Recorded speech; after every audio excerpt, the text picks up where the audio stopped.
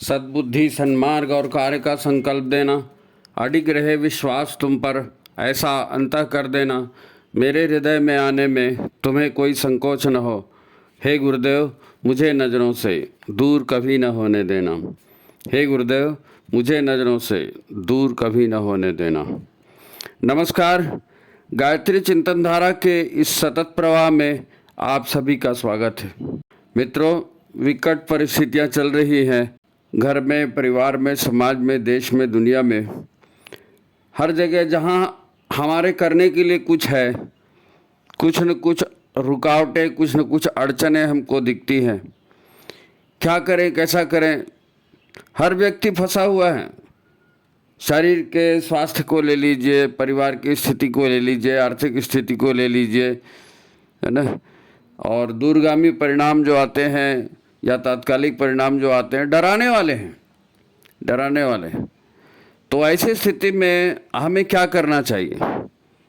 बहुत सारी परिस्थितियां विपरीत हैं, ठीक है, और हो सकता है जो उपाय दिए जाएं उसका रिजल्ट तुरंत ना भी निकले तो भी ठीक है, लेकिन ऐसी स्थिति में एक बात जरूर होनी चाहिए, और वो है गुरुदेव माता जी इस विषय पर क्या कहते हैं। इस विषय पर गुरुदेव माता जी क्या कहते हैं, क्योंकि मुसीबत में मार्गदर्शन तो वही देगा ना। अज्ञानतिमिरान्धस्य ज्ञानांजनस्य शलाकया, है नी। तो जितना भी घोर अंधकार लग रहा है, गड़बड़ स्थितियां लग रही, हमको गुरुदेव माता जी को अपने माता पिता मानकर, मम्मी डैडी नहीं मम्मी डैडी की बात नहीं कर रहा मैं। आजकल तो मम्मी डैडी मतलब वो आजकल के माता पिता नहीं। माता पिता जो है ये बहुत वजनी शब्द है, गंभीर शब्द है, और हमारा विशेष संबंध बताने वाला शब्द है। यानी आप ये मान के चलिए कि जैसे माता पिता राजा दशरथ थे, है ना, राजा दशरथ थे और माँ कैकेयी थी। तो कैसे नई शादी हुई थी, उसके बावजूद भी भगवान राम को वन में भेज दिया गया और वो सहर्ष चले गए, सहर्ष चले गए। मेरे करियर का क्या होगा, और मेरे को तो इतनी अभी इंस्टॉलमेंट भरनी है ना, इतना मैंने लोन लेकर के रखा है और मेरा फ्यूचर पूरा है, और आप मेरे को ये सब छोड़ करके जाते हो, आखिर इतने दिन की पढ़ाई का क्या मतलब हुआ, ये हुआ, ये हुआ। हम लोग आज आर्गूमेंट करते हैं अपने माता पिता से भी, लेकिन उस समय जब भगवान राम को कहा गया विवाह के बाद कि भाई आपको जो है वन में जाना है, तो न उन्होंने कुछ कहा, न उनकी पत्नी माता सीता ने कुछ कहा। तो ये हमारे जो पवित्रतम जो संबंध होते हैं वो माता पिता के संबंध, उस लेवल की बात कर रहा हूँ। आजकल के मम्मी डैडी वाले रिलेशन की बात नहीं कर रहा हूँ, है ना, कि तुमने ऐसा किया तो मैंने ऐसा किया, नहीं। गुरु मार्गदर्शक सत्ता है और गुरु के ऊपर कभी भी प्रश्न चिन्ह नहीं लगना चाहिए, और गुरु का जो है ना वाक्य वही ब्रह्म वाक्य है। इस आधार पर हमको कार्य करना चाहिए। गुरुदेव ने हमको जीवन जीने की कला सिखाई है, और किस आधार हमारा जीवन क्या है और इसको कैसे जिया जाए ये पूरा बताया है ना। लेकिन इसके बावजूद भी कुछ बेसिक मूलभूत बातें हैं। उन मूलभूत बातों को तो हमेशा याद रखना ही चाहिए। जो गुरुदेव ने कहा है सफल जीवन के लिए यह बात सदा याद रखना। कौन कौन सी बातें हैं उसमें? उनकी शिक्षा भी है और उनके द्वारा दी गई चेतावनी भी है। आज अपन थोड़ा इस विषय पर चर्चा करेंगे कि हमारे गुरु ने शुरू से आखिर तक हमारा मार्गदर्शन किया है, उसमें हमारी समझ में क्या आया, हमारी समझ में क्या आया। भाई ठीक है, गायत्री जाप है, यज्ञ है, अनुष्ठान है, वह है, वो है, वो है, वो ठीक है, लेकिन उसकी भी तो सार्थकता, गुणवत्ता कुछ होनी चाहिए ना। सफल जीवन के लिए जीवन वैसा ही जिया जाना चाहिए जैसा गुरु ने कहा है। और आज की परिस्थितियां जब विकट है, कोई साथी नहीं है, तो गुरु का ही तो सुनोगे ना, और किसका सुनोगे? नहीं। एक उदाहरण देखते हैं, बहुत अच्छा एक प्रज्ञा गीत है। आत्म साधना ऐसी हो जो चटका दे चट्टान को, शाश्वत प्राण ज्योति पी जाए अंधकार अज्ञान को। अब बहुत अच्छा गीत है और मंच पर इसका गायन होता है, नर्तन होता है, और आपने भी कई बार सुना होगा। आत्म साधना ऐसी हो जो चटका दे चट्टान को। लेकिन जब हम वास्तविक जीवन में जीते हैं, वही सुबह उठना, वही ब्रश करना, नहाना धोना और अपने काम में लगना और फिर आना, फिर घर में खाना खाना और टीवी देखना और जो भी हमारे एक डेली रूटीन है, जब इसमें हम देखते हैं तो आत्म साधना कैसी हो तो हमको समझ में क्या आता है समझ में। और अगर समझ में नहीं आता तो हम करेंगे कैसे? समझ में नहीं आता तो हम करेंगे कैसे? भाई ध्यान देना जरूरी है ना, समझना जरूरी है, ध्यान देना और उसको समझना। जब हम समझेंगे और गुरु पर विश्वास रखेंगे और करेंगे तो निश्चित ही सफलता मिलेगी। लेकिन हम समझेंगे बात को तब ना करेंगे, समझेंगे उसमें रुचि लेंगे तब ना करेंगे। तो समझना है, आज हम इस चीज़ को समझेंगे। भाई ये कोई बोर करने वाली बात नहीं है, आप इसको बिल्कुल मत समझिए कि भाषणबाजी हो रही है, बोर करने वाली बात हो रही। हमको आज की जो परिस्थितियां हैं, झंझटें हैं, इनसे अगर मुक्त होना है तो कोई नया तरीका तो अडॉप्ट करना पड़ेगा ना। यही करते करते कैसे बनेंगे? देखो हम बार बार सुनते रहते हैं विचार क्रांति अभियान सफल हो सफल हो सफल हो। अब आपने नारा लगा दिया सफल हो, अब इसका मतलब हमारे निजी जीवन में भी तो है ना कुछ उसका असर दिखना चाहिए ना, मगर इसका असर हमारे निजी जीवन में नहीं दिखता हमको। भाई हमारे विचारों से ही हमारी धारणाएं बनी हैं, है नहीं? हमारी आस्था, हमारा विश्वास, इसका आधार हमारे विचार ही तो है। हम जैसा सोचते हैं उसी पर भरोसा करते हैं ना। आस्था और विचार हम विचारों से ही तो बनते हैं। अब विचारों के साथ श्रद्धा विश्वास जुड़ता है तो हम उस विचार पर सचमुच कुछ कर पाते हैं। श्रद्धा और विश्वास अगर विचार पर जमता है ना, तभी हम कुछ कर पाते हैं। हम अपना जैसे लगता है ना विचार, हाँ यार ये आइडिया ठीक है, मेरे को ये करना है, श्रद्धा विश्वास उसके ऊपर जम गया, है नहीं? हम मुसीबत में पड़ जाते हैं, हमको समझ में नहीं आता है ना? क्यों होता है ऐसा? वो इसलिए होता है कि हमारे विचार हमारी स्मृतियों का ही रूप है, मेमोरी का। जो हमें याद होता है ना, जो हमारी स्मृति में होता है, हम उसी को अच्छा मानते हैं, उसी को अच्छा। जैसे स्वभाव होता है ना, स्वभाव, भाई मैं इस ढंग से खाना खाता हूँ, मैं इस ढंग से सोता हूँ, इस ढंग से बैठता हूँ, इस ढंग से बोलता हूँ, तो ये हमने बात मान लिया तो हमारा वो स्वभाव हो गया था। अब हम वही स्वभाव हमको अच्छा लगता है क्योंकि हम उसी को करने के आदी हो गए हैं। स्वभाव मेरा वही भाव बन गया है, मैं उसको अपना लिया है, उस भाव को, वही स्मृति को हम अपना लेते हैं और पुराने भाव को हम अपना लेते हैं। तो जैसे स्मृति रहेगी, पुरानी बातें रहेंगी, वही हम करेंगे और जो पुराने भाव है वही हम करेंगे, तो रिजल्ट भी हमारा वही निकलेगा ना जो पहले निकला था। विचार क्रांति का मतलब क्या है? विचार क्रांति का मतलब ये है कि पहले जो आप विचार कर रहे थे, जिन विचारों के आधार पर आप असफल हो रहे थे, आपको निराशा हाथ लग रही थी, आपका स्वास्थ्य खराब हो रहा था, आपका परिवार टूट रहा था, उस विचार को बदलना है। क्योंकि उस विचार ने आपसे उस तरह की कृति करवाई है, उस तरह के कर्म करवाए हैं, और उस तरह के कर्म आप इसलिए कर रहे हैं कि जिसको आप स्वभाव बोलते हो, जिसको आप डीएनए बोलते हो, है ना? डीएनए हर कोशिका की अपनी मेमोरी होती है ना। हमारे बाप दादे कैसे थे, नाना नानी कैसे थे, हम कहाँ के रहने वाले, ये सब पूरा डीएनए में हमारे रिकॉर्ड रहता है हर कोशिका के। तो ये सारी क्या, ये सारी स्मृतियाँ ही तो हैं। डीएनए हमारी स्मृतियों को ला है, लाखों करोड़ों वर्षों से हम कैसे थे वो सब हमारे डीएनए को देख करके पता चल जाएगा। और हम वही कर रहे हैं। विचार, स्वभाव, डीएनए, स्मृति, संस्कार, ये जितनी भी बातें बोली जाती है ना, ये ऊर्जा के रूप में हमारे शरीर में ऑलरेडी विद्यमान है, ये विद्यमान है और वही उन्हीं का तो क्रियान्वयन हो रहा है। मेरी मर्जी मतलब क्या होता है? मेरी मर्जी मतलब वो मेरे अंदर जो फीड किया हुआ है, मैं जिसको अपना समझता हूँ, जिसको अच्छा समझता हूँ, जिसको महसूस करता हूँ कि इससे अच्छा कुछ नहीं है, वो मेरा विचार होना, मेरा अहंकार भी उसके साथ जुड़ गया है। अब मेरे को वही अच्छा लगता है, अब मेरे को वही अच्छा लगता है। तो अब उसका रिजल्ट अच्छा नहीं आ रहा है तो उसको बदलना पड़ेगा ना, उसको बदलना पड़ेगा। उसके लिए नए विचार लाने पड़ेंगे। तो नए विचार कौन बताएगा कि क्या विचार हैं? वो गुरु बताएंगे। तो गुरुदेव अगर विचार क्रांति अभियान की बात बोलते हैं तो विचार क्रांति अभियान इसीलिए बोलते हैं कि वो सड़े गले विचार, वो दूषित विचार, वो ऐसे विचार जो आपको पतन के मार्ग पर ले जा रहे हैं, उन विचारों को हटा करके और ऐसे विचार करना, सर्वे भवन्तु सुखिनः, सब सुखी हों, सब अच्छा, सबका अच्छा हो। भाई अच्छे विचार करोगे तो लोगों का अच्छा होगा तो आपका भी अच्छा होगा। हैं, अच्छे कर्म करोगे, किसी को त्रास नहीं दोगे, किसी कुछ नहीं, तो उसकी बद्दुआ नहीं लगेगी, तो आपका भी अच्छा होगा। विचार बदलना है, विचार बदलेंगे मतलब व्यक्ति बदलेगा, व्यक्ति यानी विचार, और कुछ नहीं है भाई। आप उन्हीं संस्कारों को और उन्हीं को मान्यताओं को, उन्हीं धारणाओं को लेकर आए हो ना, तो उसी की वजह से तकलीफ है ना। मेरा तेरा कर रहे थे और मेरा तेरा झगड़ने की जरूरत नहीं थी, लेकिन हमारा अहंकार उसके साथ जुड़ गया है, तो हम उसी विचार को फिर कर रहे हैं, तो वो कभी सुलझेगा ही नहीं भाई। दो पक्ष हैं, एक पक्ष अपनी बात पे अड़ा है, दूसरा पक्ष अपनी बात पे अड़ा है, तो समझौता कैसे होगा? नहीं होगा। तो जो सही चीज़ है उसको बोलेंगे तो दोनों को मानना पड़ेगा, तो गाड़ी ठीक चलेगी। इसको इस ढंग से सोचो कि जो लोग भी युग निर्माण मिशन से जुड़ गए हैं, हमारे सहित हम भी उसमें शामिल हैं, हम अलग नहीं हैं। हम सब के लिए गुरुदेव ने क्या कहा? एक एक बुराई को छोड़ते जाओ और एक एक अच्छाई को ग्रहण करते जाओ। ऐसा क्यों कहा? ऐसा इसलिए कहा कि वो बुराई, उस बुराई का मूल क्या है? हमारे विचार। उस अच्छाई का मूल क्या है? हमारे विचार। तो जब हम गुरु के सानिध्य में रहते हैं, गुरु का स्वाध्याय करते हैं, गुरु के प्रवचनों को सुनते हैं, हमको पता चलता है कि ये अच्छा है, ये करना चाहिए, ये गुरु ने कहा ये करना चाहिए। लेकिन वो प्रवचन खत्म हो गया, हम घर में आ गए बात, तो फिर हम वही करते हैं जो हम करते आए थे।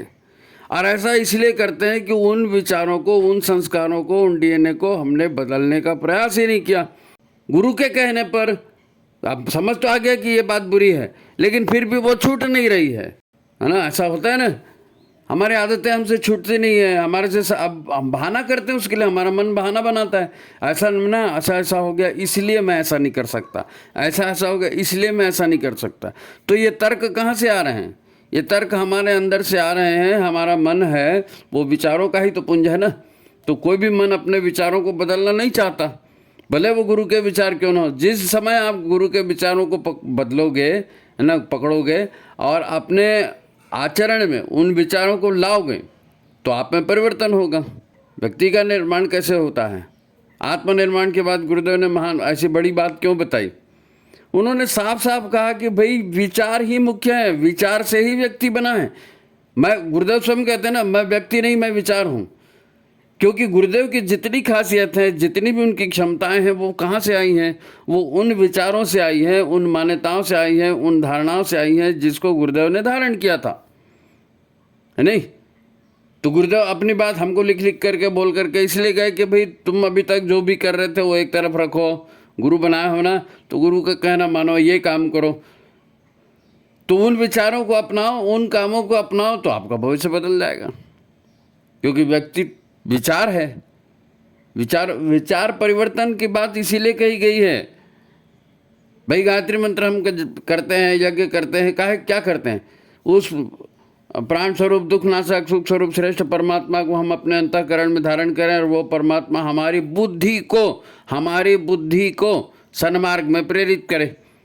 अब यहाँ पर गुरु परमात्मा की जगह गुरु है, गुरु बता रहे हैं कि भाई ये नहीं ये है, तो उस बुद्धि को परिवर्तित करना है, हमारी परिमार्जित करना है, पहले जो थी उसका शोधन करना है।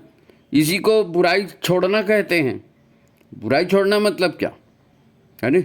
अच्छाई धारण करना मतलब क्या? गुरुदेव जो कर रहे हैं, गुरुदेव ने जो करने के लिए कहा है, भाई यज्ञ रूप प्रभाव हमारे भाव उज्ज्वल कीजिए। हम प्रार्थना कर रहे हैं कि हमारा भाव उज्ज्वल होना चाहिए, तो स्वार्थ भाव मिटे, हमारा प्रेम पथ विस्तार हो, है नहीं?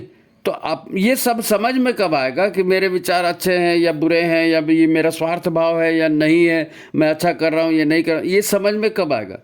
ये समझ में तब आएगा जब हम शांत बैठेंगे और जो भी गुरुदेव का साहित्य हमने पढ़ा है, जो भी गुरुदेव के प्रवचन हमने सुने हैं, उस पर चिंतन करेंगे, उस पर मनन करेंगे। इसको और स्पष्ट करता हूँ, मनन करेंगे मतलब क्या? मन क्या होता है? मन विचारों का पुंज है, विचारों का संग्रह है ना? प्राणयुक्त विचार हैं, उनका संग्रह है मन।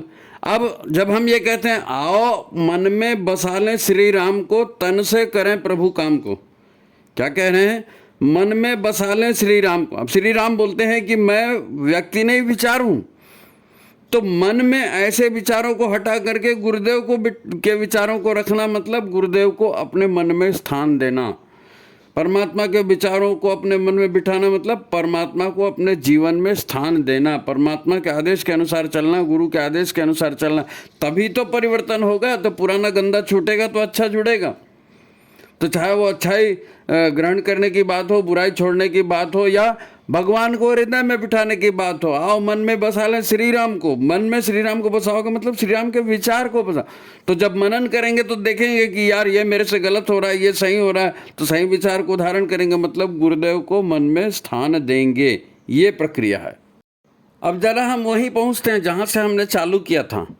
हमने चालू कहाँ से किया था कि अपने माता पिता, वो कहा था ना मम्मी डैडी नहीं, माता पिता। तो गुरुदेव को हम ये कहते हैं ना, तुम्हें माता च पिता तुम्हें बंधु से सखा दो, चाहे गुरु हो चाहे परमात्मा को, उसको हम यही कहते हैं। तो उस समय राम जी का वन गमन का जो समय था, जिसमें नया नया उनका ब्याह हुआ था, नया नया उनका राज्याभिषेक होने वाला था, है ना, उस समय उनसे कह दिया गया कि आप जंगल चले जाइए, आप वन को चले जाइए। और किसने कहा? कैकेयी ने कहा, जो प्राण प्यारी माता थी उनकी। और किसने कहा? और दशरथ जी से कहलवाया कैकेयी ने। तो राम जी ने क्या कहा? राम जी ने तुरंत उसको स्वीकार किया, क्योंकि माता पिता ने जो कहा है परमात्मा का आदेश है। तो परमात्मा का आदेश मानकर उसी को, फिर अपना कैरियर फ्यूचर छोड़ दिया ना। नहीं जी, मेरी तो अभी अभी शादी हुई है, मैं वाइफ को कहाँ रखूँगा, फिर वो तो ऐसा करती है, उसके तो ऐसी ही आदत है, फिर वो अपने मायके में ऐसा करती थी तो उसके साथ एडजस्ट कैसा होगा। तो ये सब राम ने नहीं कहा। तो गुरुदेव अगर हमसे किसी बात को करने के लिए कह रहे हैं तो आप ये मत बोलिए कि मेरी आदत ऐसी नहीं है, या मैं ऐसा नहीं बैठ सकती, या मैं ऐसा नहीं बैठ सकता, या मैं ऐसा नहीं कर सकता। फिर तुम्हें माता जी पिता तुम्हें क्यों बोल रहे? भाई, जिन दुखद परिस्थितियों में हम त्रस्त हैं, ग्रस्त हैं, पीड़ित हैं, उन्हीं को बदलने की बात हो रही है ना। तो आज जो हमारे पास वर्तमान में है, ये पुराने विचार हैं, पुराने कर्म है जो आज फल के रूप में हमारे पास हैं। तो अभी तो इसको कोई नहीं बदल सकता, अभी कोई नहीं बदल सकता, क्योंकि आपने उसको जमा करके रखा, ये ऑलरेडी आप हो, आपका अस्तित्व है। तो आपको अगर अपना बदलना है, अपने भीतर बदलाव लाना है, अपनी परिस्थिति में बदलाव लाना है, तो वो जो भूतकाल में जी चुके हो, अब भूतकाल को कैसे बदलोगे आप? भूतकाल को नहीं बदल सकते, भूतकाल को छोड़ना ही पड़ेगा। पिछली बातों को, अब रोना जो रो रहे हैं उसको छोड़ना ही पड़ेगा, और नए ढंग से सोच के नए ढंग से करना पड़ेगा, तब तो भविष्य बदलेगा। ये मनन करना जरूरी है, नहीं तो समझ में ही नहीं आएगा हमारे से गलती क्या हो रही है। विचार क्रांति अभियान जो है ना, ये अद्भुत चीज़ है, अद्भुत चीज़ है। कायाकल्प करने का व्यक्ति का, वो बोलते हैं ना गायत्री से कायाकल्प होता है। तो गायत्री से कायाकल्प इसलिए होता है कि गायत्री विचारों को परिवर्तित कर देती है नहीं? परमात्मा हमारी बुद्धि के सन्मार्ग में प्रेरित करे। अब जो अपने विचारों को छोड़ ही नहीं रहा है, अपनी मान्यताओं को छोड़ ही नहीं रहा है, भाई आपने जाप कर लिया, आपने यज्ञ कर लिया, उससे परिवर्तन नहीं होगा। उससे परिवर्तन तब होगा जब उसके आधार पर हम अपने आप की समीक्षा करेंगे, अपने मन की समीक्षा करेंगे कि मेरे मन में ये विचार उठ रहा है, मेरे मन में ये भाव उठ रहा है, ये सही है कि नहीं है। और अभी अपने विचार किसी को गलत लगते ही नहीं हैं, किसी को भी अपने विचार गलत नहीं लगते। अगर अपने विचार गलत लगते तो वो गलत काम क्यों करता, और गलत काम नहीं करता तो उसके दुष्परिणाम क्यों निकलते। सारी दुनिया में सभी लोग अपने आप को ही बड़ा समझते हैं, अपने विचारों को ही अच्छा समझते हैं, और उन्हीं विचारों को पकड़े हुए हैं। तो ये कलयुगी विचार हैं, कलयुगी शिक्षा है, कलयुगी संस्कार है, कलयुगी मान्यता है, कलयुगी धारणा है। अब उसको हम छोड़ने के लिए नहीं चाहते, हम चाहते हैं स्वर्ग में पहुंच जाए, हमको सुख मिले। कैसे सुख मिलेगा? आपने सोचा कभी कि हम किसी काम को क्यों करते हैं? हमारा प्रेम उन विचारों पर होता है, हमारा विश्वास उन विचारों पर होता है, इसीलिए हम कार्य करते हैं। अब गुरु ने कहा ठीक है, सुन लिया, अब उसके ऊपर वो श्रद्धा और विश्वास और वो प्रेम नहीं जम पा रहा है, शायद इसीलिए काम नहीं हो पा रहा है गुरु के आधार पर, इसीलिए नहीं चल पा रहे हैं, है नहीं? जब उसको हम अपना लेंगे तब तो उस पर काम होगा। अपना लेंगे मतलब गुरु के वाक्य को ब्रह्म वाक्य मान लेंगे, गुरु के वाक्य को ब्रह्म वाक्य मान लेंगे। हाँ भाई, हमारे गुरु ने कहा तो यही सही है, तो मैं यही करूँगा, मर जाऊँगा लेकिन दूसरा नहीं करूँगा। वो गीता में कहा गया करिष्ये वचनम तव, है ना? और हनुमान जी तो सबसे बढ़िया उदाहरण है इसके। हनुमान जी सबसे बढ़िया, वो चाहे प्रतीकात्मक हो चाहे जो भी हो, लेकिन उन्होंने वो, आपने सीन देखा होगा ना, दोनों हाथ से अपने छाती फाड़ कर दिखाया कि उसके अंदर राम और सीता और वो विराजमान है उनका विग्रह।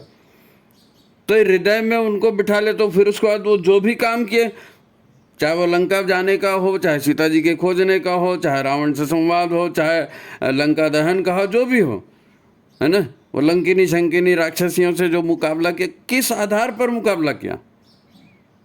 जय श्री राम बोलकर। मैं क्या करूं ये नहीं सोचा। राम जी ने क्या कहा है, राम जी ने क्या काम करना है, राम जी से जुड़कर करना है, इसलिए तो अपने जीवन को समर्पित कर दिया ना राम को। गुरु बनाना ऐसा नहीं होता भाई, गुरु के लिए अपने जीवन को समर्पित करना पड़ता है, अपने अहंकार को समर्पित करना पड़ता है, अपने विचारों को छोड़ना पड़ता है, गुरु के विचारों को धारण करना पड़ता है। हमारा कुल गुरु का कुल हो जाता है। वो सज्जन गए थे शांति कुंज में, उन्होंने कहा कि भाई अभी आपको दीक्षा लेना है, ऐसा ऐसा करना है, तो अब उसमें संकल्प था तो गोत्र का नाम लेना था, तो बोले मेरे गोत्र का नाम मेरे को नहीं मालूम।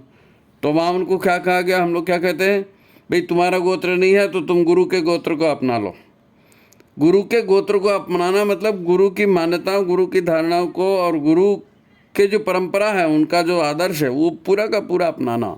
बोलते हैं ना, रघुकुल रीति सदा चली आए, प्राण जाए पर वचन न जाए। वैसे गुरु की रीत है, गुरु के आदेश है, गुरु की परंपरा है, तो गुरु की परंपरा में घुल मिल जाना। दुख मुसीबतें इसीलिए हैं कि हम सच्चाई से दूर हैं, ईश्वरी व्यवस्था से दूर हैं। दुख मुसीबतें ख़त्म करना है तो ईश्वरी व्यवस्था से जुड़ना पड़ेगा। गुरु बना है, गुरु की व्यवस्था से जुड़ना पड़ेगा, सीधी सीधी बात। आज हम जो मनुष्य रूप में हमें मनुष्य शरीर मिला है, और आज हमारा जो ज्ञान है, आज हमारा जो स्वभाव है, हमारे जो संस्कार हैं, ये सब ऐसे ही बन गए क्या? भाई आदमी आदमी में फ़र्क दिखता है ना हमको। क्यों दिखता है? क्योंकि अब सबके विचार, सबकी भावनाएं, सबके संस्कार अलग थे। तो हम जो बने तो हम हमारे अपने विचारों और अपने संस्कारों के आधार पर बने, हमारी परिस्थितियां उसी के आधार पर बनी हैं। हमारा पूर्व जन्म और उस जन्म की मान्यताएं, उस जन्म की धारणाएं, उस जन्म के जो संकल्प है, वही तो कारण है जिसकी वजह से हमारा आज ये अस्तित्व है। क्योंकि पिछला शरीर हमने छोड़ा नहीं, तो ये सारे सूक्ष्म संस्कार ही तो उसके पास आए ना, हमारी मान्यता, हमारी धारणा, हमारे, उसी के आधार पर तो हमने शरीर धारण किया। तो आज हम जो कुछ भी हैं वो अपने विचारों के ही और अपने स्वभाव के ही, अपने परिस्थितियों के ही आधार पर बने। आज का जो हमारा जीवन है, आज की जो हमारी परिस्थितियां हैं, ये टाले नहीं टल रही है। क्यों नहीं टल रही है? क्योंकि ये परिणाम है।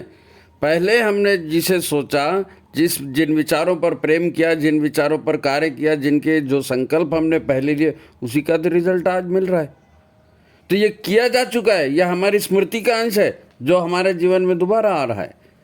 हमने जैसा सोचा वैसा किया, अब वैसा हो रहा है। आज भी हमारे जो विचार हैं, जो हमारी स्मृतियां हैं, मेमोरीज हमारी, उसी के आधार पर तो हम काम करते हैं। नहीं करते? हमको याद रहता है ना, उस समय ऐसा हुआ, उस समय ऐसा। ये याद रहना माने क्या है? स्मृति। तो हम अपने विचार, अपनी स्मृतियों पर ही तो काम करते हैं ना। आज भी हम जो विचार पाल कर बैठे हैं और जिसको हम अच्छा समझ के कर रहे हैं, ये कोई नया थोड़ी है, ये तो पहले भी कर चुके हैं। वही विचार भरे हुए, उसी के आधार पर आज फिर हम काम कर रहे हैं। अब हम कुछ किताबें पढ़ लेते हैं, या हम अपने सहयोगियों से, अपने परिवारजनों से, यार दोस्तों से पूछते हैं, या ऐसा ऐसा हो गया, ऐसी करूं क्या, ऐसा करूं क्या, ऐसी करूं क्या। तो उनके भी विचार, भाई जो हमको पढ़ाया गया वही उन्होंने भी पढ़ा, जो हमारी मान्यता है वही उनकी भी मान्यता है, जो समाज में फैशन चल रहा है उसी पर आधार पर हम लोग चल रहे हैं। तो हम दूसरे से सलाह लेते हैं तो हमको सलाह भी वैसे ही मिलती है। भाई गुरु पर्टिकुलर बनाते हैं, इसीलिए बनाते हैं कि उसमें कुछ विशेषता है। अभी तो जो हमको सलाह देने वाले हैं वो तो हमको और मुसीबत में फंसाते हैं, क्योंकि हम ऐसे ही लोगों को दोस्त बनाते हैं, ऐसे ही लोगों को जो हमको अच्छे लगते हैं। तो हमको अच्छे लगते हैं मतलब हमारे विचार के अनुकूल है, तो हमारे विचार के जो अनुकूल होगा वो हमको सलाह भी तो हमारे विचार के अनुकूल ही देगा। तो रिजल्ट कौन सा अच्छा आने वाला है? रिजल्ट भी वैसे ही आएगा जैसे आ रहा था पहले। आपको कुछ चेंज चाहिए, आपको कुछ सुधार चाहिए। सुधार विचारों में आएगा, तब सुधार कृतियों में आएगा, तब सुधार परिणामों में आएगा। अभी जो परिणाम आ रहे हैं इनके लिए कृति की जा चुकी है, इनके लिए चिंतन किया जा चुका है। अब वो भूतकाल हो गया, उसको बदल नहीं सकते। भविष्य को बदलना है तो आपको अपने विचार बदलने पड़ेंगे, तो कृति बदलनी पड़ेगी, तब भविष्य बदलेगा। हम सुधरेंगे तो युग सुधरेगा। हमको सुधरना पड़ेगा, हमको विचार वो कारण धारण करने पड़ेंगे जो हमारे गुरु के। भाई गायत्री माता कायाकल्प करती है ना, तो गायत्री माता मतलब क्या? सद्बुद्धि। तो सद्बुद्धि धारण करेंगे तब ना कायाकल्प होगा। अपनी बुद्धि से कायाकल्प हो जाएगा? वो गुरुदेव कहते हैं ना कि कोयल भी, कौवा जो है वो भी कोयल बन जाता है, और बगुला है वो भी हंस बन जाता है। तो हमारा जीवन चाहे जैसा भी चल रहा हो, जितना भी घृणित हो, जितना भी पतित हो, जितना भी दलित हो, यदि हम गायत्री को धारण करते हैं, यदि हम गुरु को धारण करते हैं, तो उसमें कायाकल्प हो जाएगा। क्योंकि विचार बदलेगा तो हम बदलेंगे। भाई विचार यानी मन संस्थान, मन बदला भाई सूक्ष्म शरीर हो गया ना, स्थूल शरीर अन्नमय कोश है, उसमें वो तो बेचारा मशीन है अन्नमय कोश, असली शरीर तो सूक्ष्म शरीर है ना। और सूक्ष्म शरीर में मन सबसे भयंकर है, मन बुद्धि चित्त अहंकार, इसी को तो बदलने की बात हो रही है ना। तो मन बुद्धि चित्त अहंकार गलत है, उसी को सुधारना है, उसी के लिए गुरु है।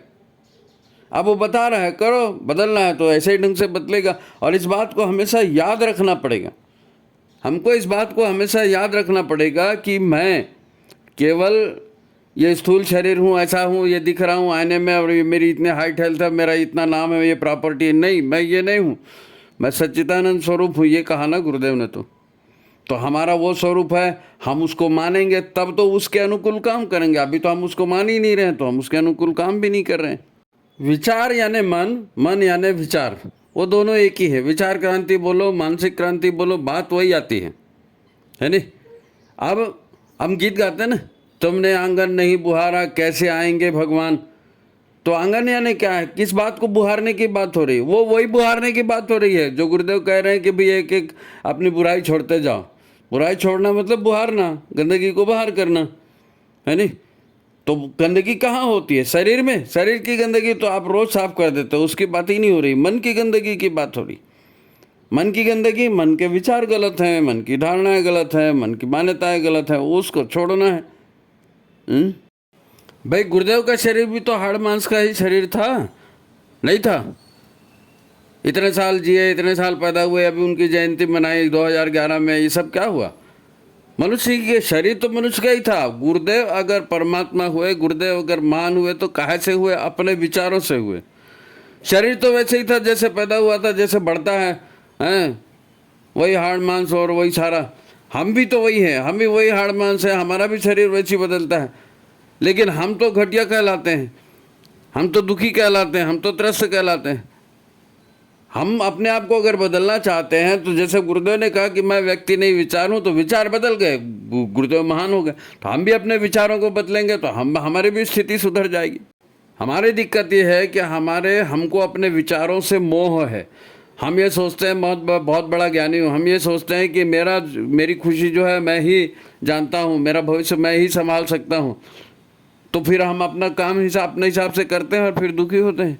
इसको हमेशा याद रखना पड़ेगा कि मैं जो हूँ ना, मैं बहुत महान भी बन सकता हूँ। गुरुदेव कहते हैं ना, व्यक्ति जो है देव मानव, महामानव, ये सब बन सकता है, श्रेष्ठ मानव, परम मानव, जो भी है। गुरुदेव माता जी तो सदा दिन यही कहते रहे भाई कि आप हमारे बच्चे हो, आप हमारे बच्चे हो, हमको अपने बच्चों से बहुत प्यार है, हम अपने बच्चों को दलित पीड़ित रहने नहीं देंगे, हम आप सभी का कल्याण चाहते हैं। तो अब इतना सब प्रॉमिस कर रहे हैं गुरुदेव, तो उनके विचारों पर चलना ही पड़ेगा। इसको हमेशा याद रखना पड़ेगा हमको कि हम गुरुदेव के बच्चे हैं, तो उनके विचारों पर चलना है। अगर हम ऐसा करेंगे तो हमारा भविष्य उज्ज्वल बनेगा। अंत में आखिरी बात, सारी दुनिया महाविनाश के दौर से गुजर रही है। समाज, परिवार, व्यक्ति, सब के सब बीमार हैं। तो ये पूरा कायाकल्प होने जा रहा है।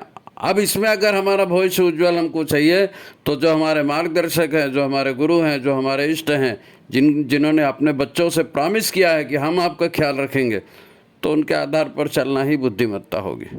आज की बात समाप्त।